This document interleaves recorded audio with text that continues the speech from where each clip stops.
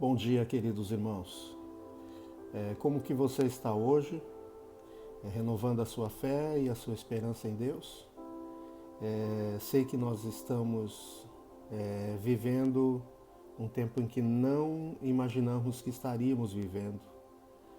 E a grande maioria de nós, enclausurados do nosso lar, com a nossa família, orando, pensando, preocupados, tensos. Mas eu sei que há também uma grande guerra, uma grande batalha espiritual em torno da nossa nação, das nações da terra, da sociedade nesses dias. Há uma guerra também de informações, há uma guerra ideológica por trás de toda essa pandemia do vírus, do coronavírus, e do medo das pessoas serem infectadas, das consequências. E em tudo isso nós precisamos entender que há uma guerra espiritual, e nessa guerra espiritual nós precisamos estar fortalecidos, precisamos ser fortes na força do nosso comandante. E estou passando aqui na verdade para deixar uma palavra de ânimo e de fortalecimento da sua fé, do seu coração nesse dia. E Ezequiel no capítulo 22, verso 29 e 30, tem uma palavra interessante que diz o seguinte: o povo da terra pratica extorsão e anda roubando. Fazem violência aos pobres e necessitados e injustamente oprimem os estrangeiros.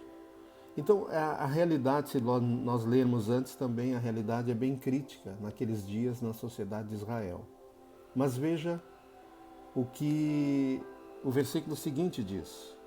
Deus falando através do profeta, ele diz: procurei entre eles um homem que reconstruísse a muralha e se colocasse na brecha diante de mim, a favor desta terra, para que eu não a destruísse, mas não encontrei ninguém.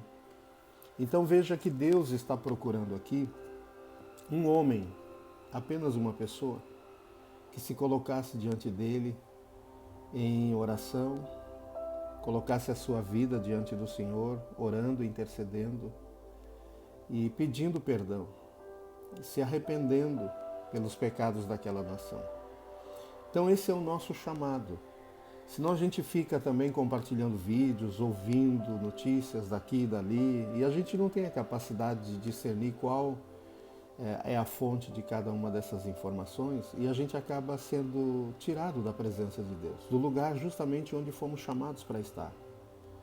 A igreja, lavada, redimida no sangue de Jesus, perdoados os seus pecados, nós somos uma nova criatura.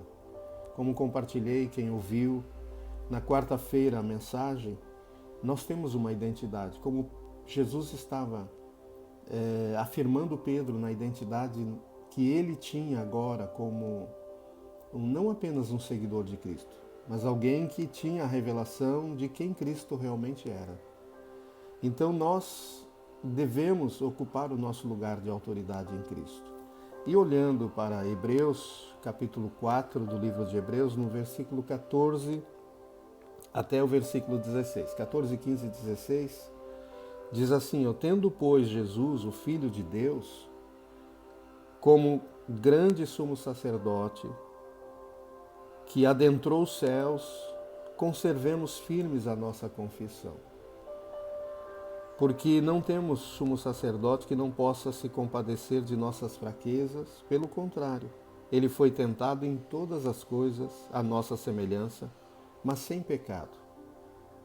Portanto, aproximemo-nos do trono da graça com confiança, a fim de recebermos misericórdia e encontrarmos graça para ajuda em momento oportuno. Em algumas versões diz para socorro em momento oportuno.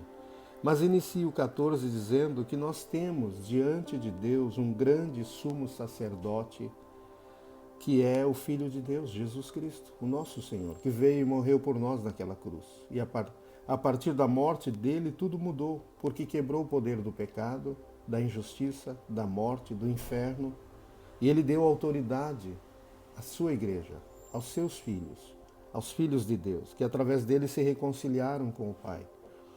Então, nós temos, na verdade, o nosso auxílio, a nossa ajuda diante do Pai, para podermos invocar o poder, a glória e a intervenção de Deus em tudo que nós necessitamos. Por termos um grande sumo sacerdote diante de Deus, nós precisamos reconhecer o lugar que fomos chamados para estar. Quando lá em Ezequiel Deus está procurando um homem que se colocasse entre ele e chorasse e clamasse pelos pecados da nação, do povo, para que Deus pudesse agir, pudesse intervir. Hoje ele continua chamando a sua igreja, para nós nos colocarmos no lugar que fomos chamados para estar, diante do trono de Deus em oração, em humilhação, em arrependimento. E tudo que o diabo quer é nos atingir com tantas informações e nos tirar desse lugar.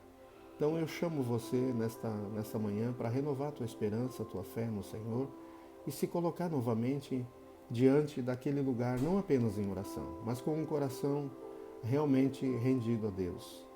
E orar, uma simples oração, pedindo não entrar numa guerra que nós não estamos preparados, mas é se colocar com humildade diante do Senhor, pela nossa nação, pelo nosso estado, pelo nosso município, pela nossa cidade, e pedir: Senhor, tem misericórdia.